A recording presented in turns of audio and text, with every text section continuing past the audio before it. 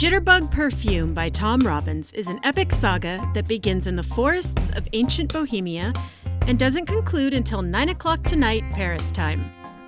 The hero is a janitor with a very old bottle, embossed with the image of a goat-horned god, and if the liquid in the bottle is actually the secret essence of the universe, as some folks seem to think, it had better be discovered soon because the bottle is leaking. Hello and welcome to The Best Book Ever, the podcast where we get to know interesting people by asking them about their favorite book. I'm your host, Julie Strauss, and today I'm thrilled to be joined by Ambika Devi, an astrology expert, author, public speaker, and transformational holistic life coach. Ambika has a rich and layered life, and she chose the book that reflects it perfectly. And I loved talking to her about her Quaker education, which led her both to reading and to meditation. She even talked me through my own meditation practice and gave me some tips for mindfulness in the pool and in everyday life. And we discussed the intricacies of rereading Jitterbug Perfume, a book that Ambika says is the best book ever. Hi, Ambika. Welcome to the Best Book Ever podcast. Hi, Julie. It is so fabulous to be here with you. I think my favorite thing on your website and in your job descriptions, Ambika Devi, Mind Tamer. As a fellow racing mind, hamster wheel brained person, will you share with me and all of our listeners, what does a mind tamer do? I talk and teach about the mind, thought, and primarily using meditation as a modality. But meditation instructor, meditation teacher just doesn't have the oomph that I wanted. And so it just popped in as ideas do. And I decided to call myself a mind tamer for professional speaking purposes. How did you come to meditation in your life? I was introduced to meditation when I was taken out of public school because I wasn't learning the alphabet and how to read in first grade. It was later brought to the attention of the parents of the children in my class that there was an issue with the teacher, but on top of it, I needed glasses. And so I wasn't able to see the board from where I was seated because of where I was seated in the classroom. And so I was invited to be in a pilot reading program. Back then, just so everybody knows who's listening, I am in my 60s. And so this was the early 1960s when this was happening. And it was the switchover from the reading model of C, Dick, and Jane to pilot programs being created in order to teach children how to read and how to love reading in a different way. So the deal was I had to do first grade over again, which I asked my parents, are other kids going to be there that are doing this too? And the answer was yes. So I said, sure, I'm in. And that's even how I fell in love with reading, because I was in this beautiful situation where reading was a part of every day. And I also learned to meditate at that point. In first grade? Yes, because the Quakers sit for an hour on Wednesdays in day schools as an entire school. So I learned to be a mind tamer at age 6. Can you imagine that? Everybody just sat. There wasn't an assignment. So there's a little bit of a misconception about what this is that the Quakers practice. Now, and Quakerism embraces all religions. Okay. It encourages you to come up with your own spirituality. This gathering on Wednesday mornings was called Meeting for Worship. So don't get that twisted in your minds, everybody. Okay. But what it is, and I remember, I can close my eyes and go right back there, Julie. We were instructed to take hands and walk from our little classroom, which was an old stable. This property where I went to school was originally belonging to William Penn. This was in Pennsylvania.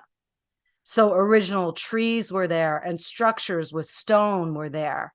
And our classroom was a stable and the meeting house was adjacent to it.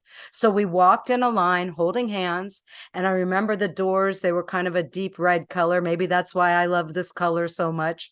And we walked in and it was cool and dark. And it looked kind of churchy to me. There were dark mahogany colored, what looked like pews with cushions. And I was thinking, this isn't going to be comfortable. What are we up to? And our teacher had said, we're going in here for an hour, and this is the first week of school in this new school and everything's weird. And I sat down and I thought, oh, this isn't so bad. It was kind of like a corduroy cover.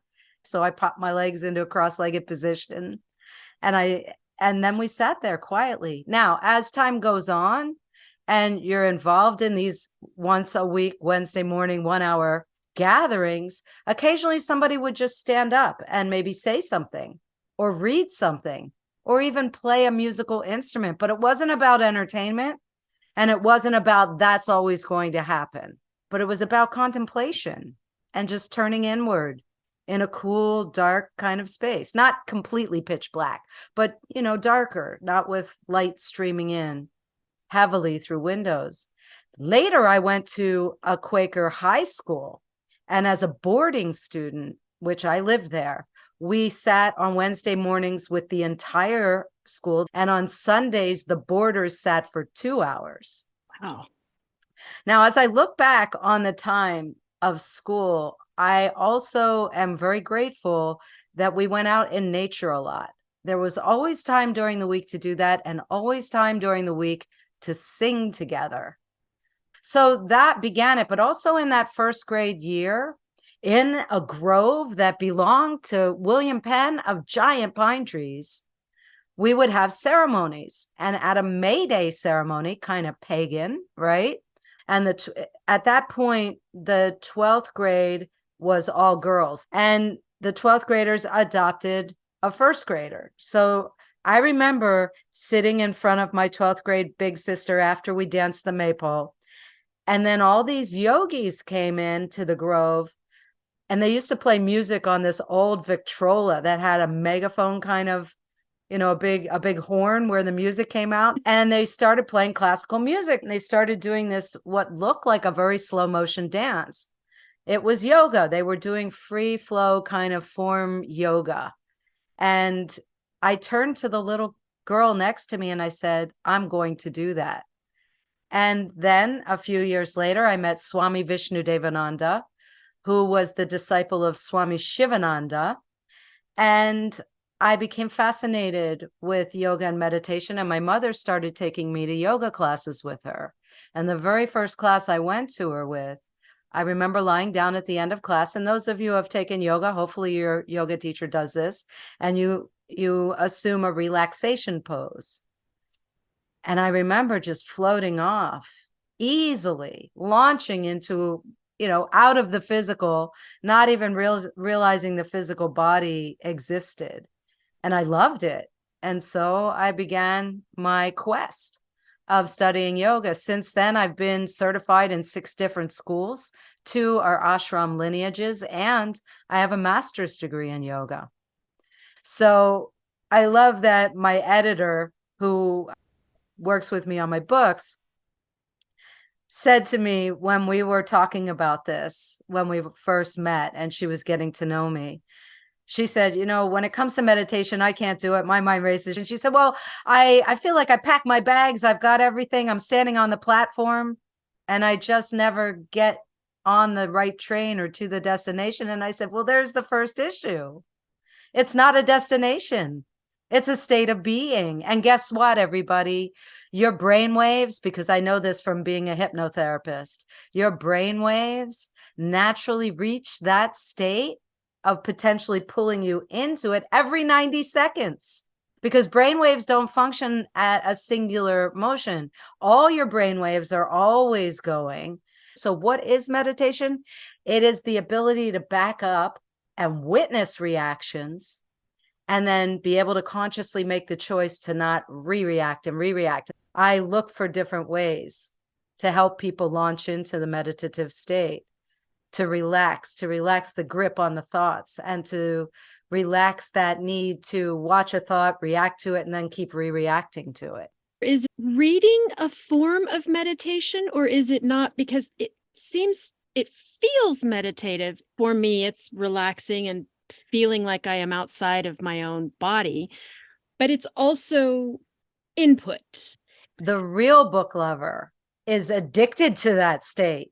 It is a lover of theirs. It is an alluring, beautiful, me time, replenishing, rejuvenating state, which is what meditation is.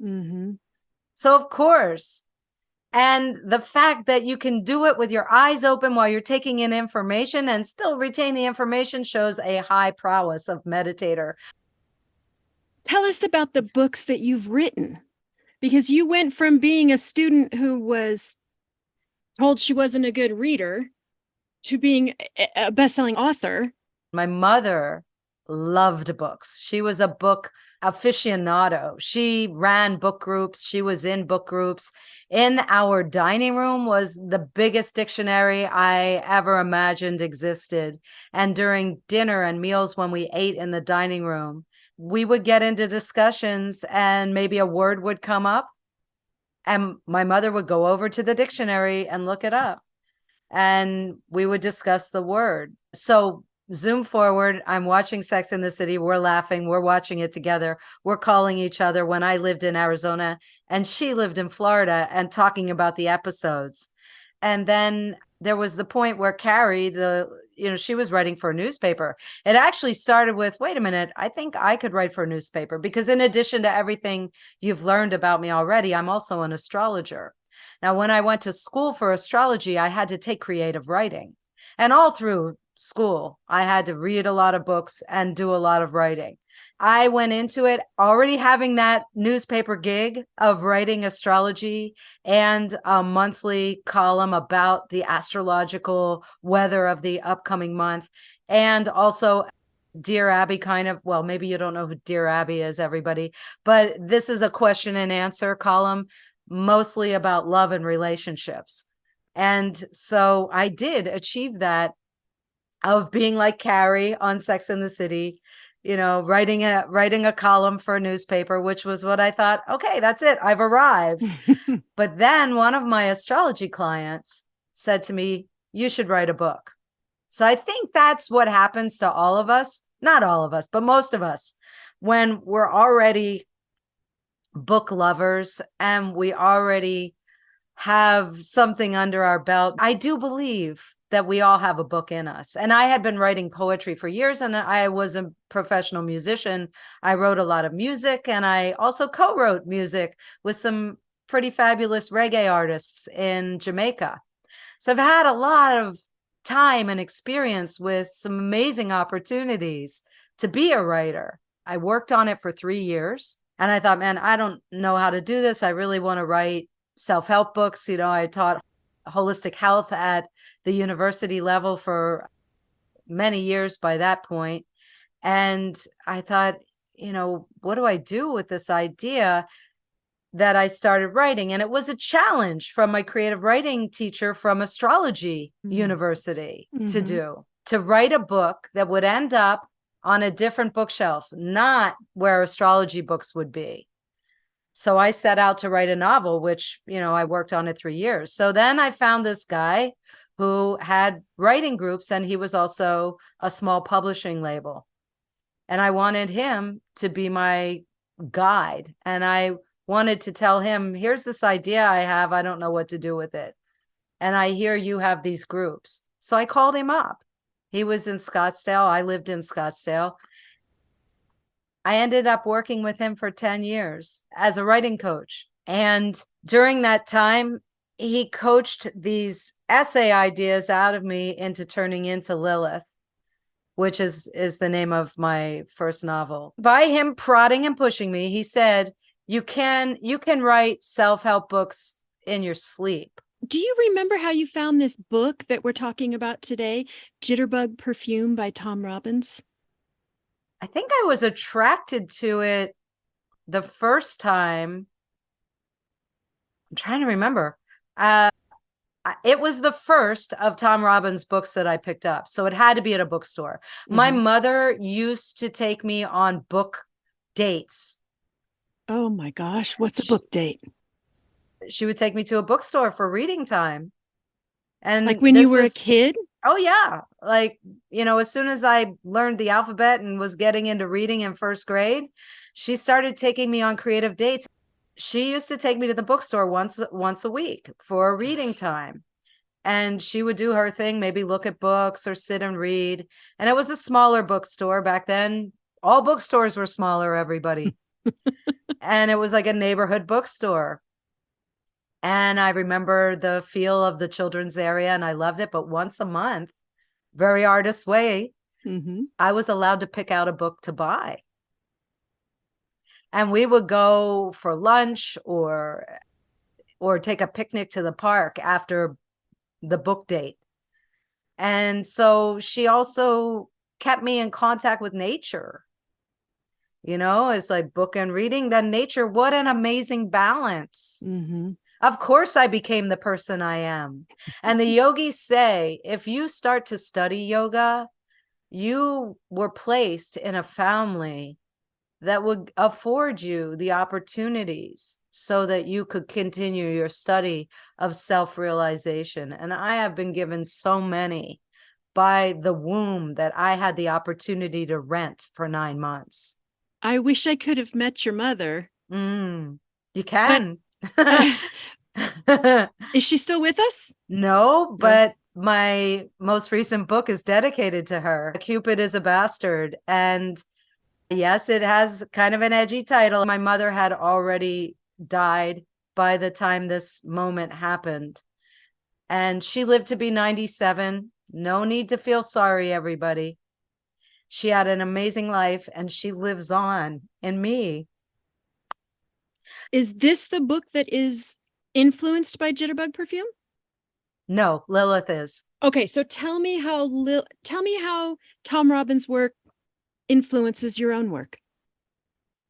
Well, in Jitterbug Perfume, I loved that he brought in some mythology, and I don't want to give too much away, so I don't want to do any spoiler alerts. Right. Here. Okay.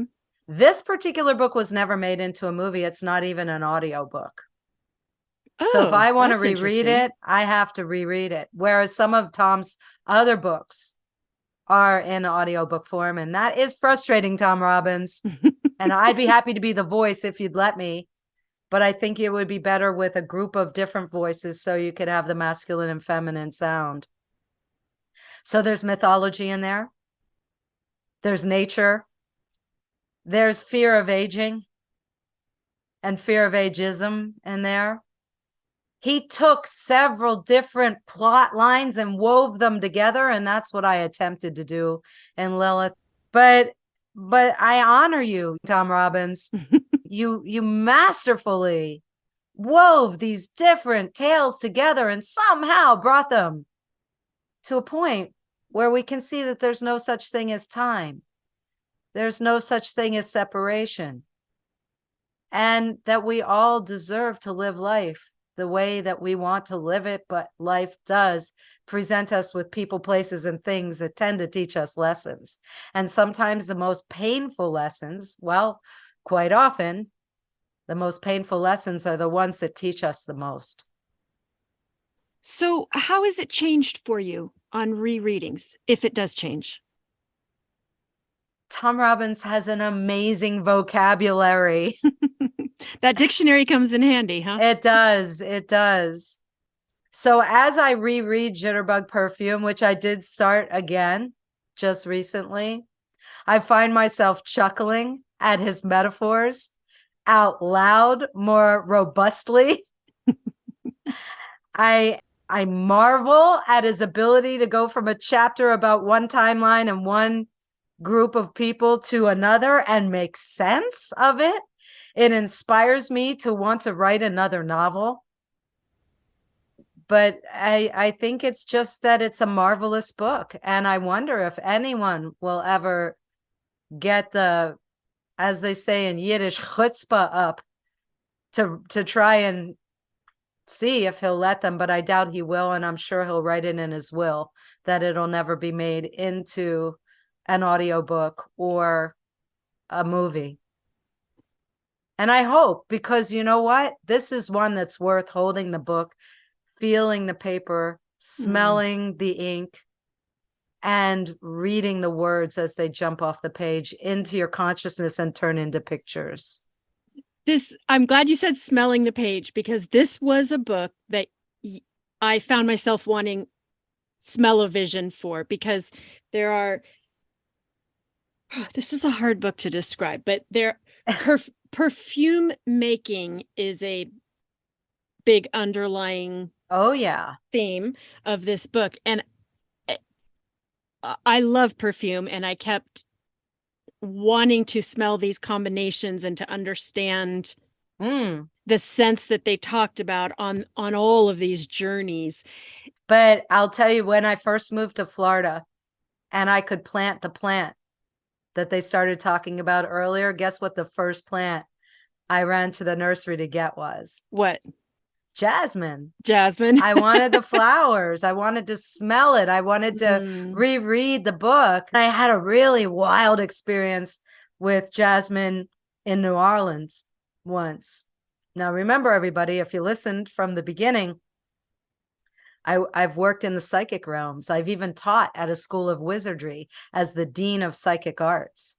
Scientists are trying to prove the existence of God through science, which I think is a really nice idea, but I think you're going to get yourselves in some trouble. But then also, when we look back at Tom Robbins' book, Jitterbug Perfume, we do get this crossing through realms. Now, also having been in plant ceremonies, I used to be a guide and took people to South America to drink San Pedro, which is called huachuma, which is not as strong as ayahuasca, but I have partaken in many ceremonies. So this is why I took people there and worked with shaman there who are called queros. So I've had a lot of these altered state experiences, also float tanks and other things that can produce an altered state. That's interesting. What brought me to meditation was swimming. And I think that was the key for me, because I just started noticing that what I am doing when I am swimming is just enough to not drown. Right? And I'm not trying to solve problems, because if you try to solve your life's problems, you're going to inhale water and choke. I have some feedback for you, though, if I may. I would love it. You're already meditating, because there's 3 launch points for meditation. One is exercise or repeated motions. So we meditate when we're folding laundry. We meditate when we're dancing, when we're singing, when we're swimming, when we're walking. And it doesn't have to use the standard directives. Another possible launch point is listening to stuff. You know, you could listen to guided meditation. I have a free guided meditation podcast where you can listen to me reading articles that I write on my blog, and also guided meditations to help you sleep. Now, a lot of people that embark on trying to meditate using guided meditation get frustrated because they fall asleep. Well, guess what? That's good, because you were exhausted and your body went, I'm going to conk out, because, you know, the connection with the mind disconnects and you sleep because you needed it. But in guided meditation, it's probably the most challenging way to get into the meditative state, because that's when the body's fully relaxed and the mind connection is fully alert and aware. The easiest directives, which are the standard way and what we translate from Sanskrit, Samskritam is how you say it, into English, is sit up straight, elongating the spine. This gives space to the internal organs. So sit up straight, close the eyes. Okay, so far so good. And then focus on the breath. That's where we get hung up. What do you mean? You didn't give me enough direction. I don't know what to do. Now all I'm seeing is all this stuff flashing through my mind, what we think is my mind, which is really the mind being read in information by the brain. Because remember, the mind's external. And I'm reacting, and then I'm getting dragged into it. What's for lunch? Do I need to get anything at the store? Did I pick up the kids? Did I pack the kids' lunch? You know, all this stuff. But when we get into the meditative state, things disappear. The symptoms of meditation are we don't know where we are. So those moments where you might start bringing some water in and you're swimming, you might have forgotten where you are. But what I want you to tell yourself is, it's okay. I'm in the water. I'm swimming. I know how to swim. I'm a great swimmer. Do this before you start swimming. And we're going to try and experiment with you. I'm going to give you a few directives, Julie, and I want to hear back from you about, did swimming become a moving meditation? Because if you recall what I said earlier, once we learn how to meditate on a cushion, then we need to get up and function in the world in the state of meditation, because the state of meditation is the witness state, where we become non-reactive. That doesn't mean that we don't have the first reaction. The first reaction is for free. You're human. If you don't think monks have reactive points, then you're not thinking monks are human. What's different about a seasoned monk or meditator than a person just embarking on meditation is that they can spot the reaction and then back up from it, witness it, and choose not to re-react. The re-reaction is a choice. So you're perfectly okay launching into meditation in the pool. Now, what I want you to do is, if you're trying to figure stuff out because mind is flashing you info while you're in the pool, instead set an intention before you get in the pool with something that you want to problem solve. Just one thing. And say to yourself, I'm going to get in the pool and I'm going to get in the meditative state. I'm going to enjoy myself. I'm going to be safe. I'm going to float. It's going to feel wonderful. All the descriptors you want to give yourself. While I'm in the pool, I'm simply enjoying the sensation of floating, which is a meditative state. But when I get out of the pool, I'm going to have a flash idea of how to solve this problem. That is, and then say it to yourself. And try it that way. It's all about intention, everybody. It's all about intention. So the symptoms are, we don't know where we are, which is what's happening. You're getting in the meditative state. You're losing track of where am I? And that's what's causing you to stand up. So we don't know where we are. We don't know what day it is. We don't know what time it is. We don't know that we have a gender. We lose track of the fact that we have a body. So why would we know our gender? We don't know our name. But the most important symptom is that we don't know that we are, because it's the ego, which is the small I, the small I am. I am this person with this hair, with this body. It's the ego, the small I am, that fools us. And that is that's the mind part that's tossing us the bits of information we're taking in. We're actually being flashed thousands of these every moment, but we're only catching maybe a couple hundred a day or less. But when we can begin to back up from them and begin to take another breath, focus on the breath, refocus on the posture, the eyes are closed, or using one of my power tools of using the sound and breath at the same time. You don't just go there and you're there and la, la, la, it's so easy and wonderful and I'm blissed out. That's a misconception. What is on your nightstand right now? Journeys Out of the Body by Robert A. Monroe. And what is that about? He's the one who started the Monroe Institute. Okay. And he's the one behind Hemisync. It's nonfiction? Oh, it's nonfiction to the max, about his experiences out of the body and of discovering. And I believe it's part of a trilogy, and hopefully I'll be led into how he started the Monroe Institute. I do enjoy also Danielle Garrett. She writes, what would I call it? Supernatural fiction. Not like Anne Rice, but I did read Anne Rice back when Anne Rice came out. I like her stuff. She has a series about a witch, and they take place in the Pacific Northwest, which is a place I've only visited once, and I'd really like to go back there. And Christopher Moore. I love Christopher Moore. So if I had to give you my second place winner, it's Lamb by Christopher Moore. Yes, because that's the gospel according to Biff, Jesus's best friend. And I hope I just didn't alienate a bunch of listeners, but it's hilarious.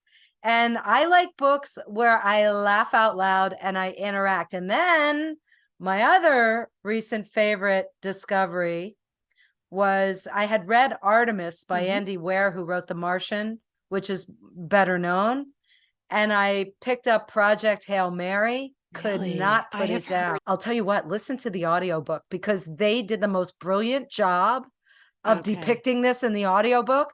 And I like to listen to audiobooks when I'm walking or bouncing on my mini trampoline, which is great for people who like to sit for a long time. I highly recommend it, because you'll get your circulation moving, you'll get your steps in, you know, and you won't get stiff.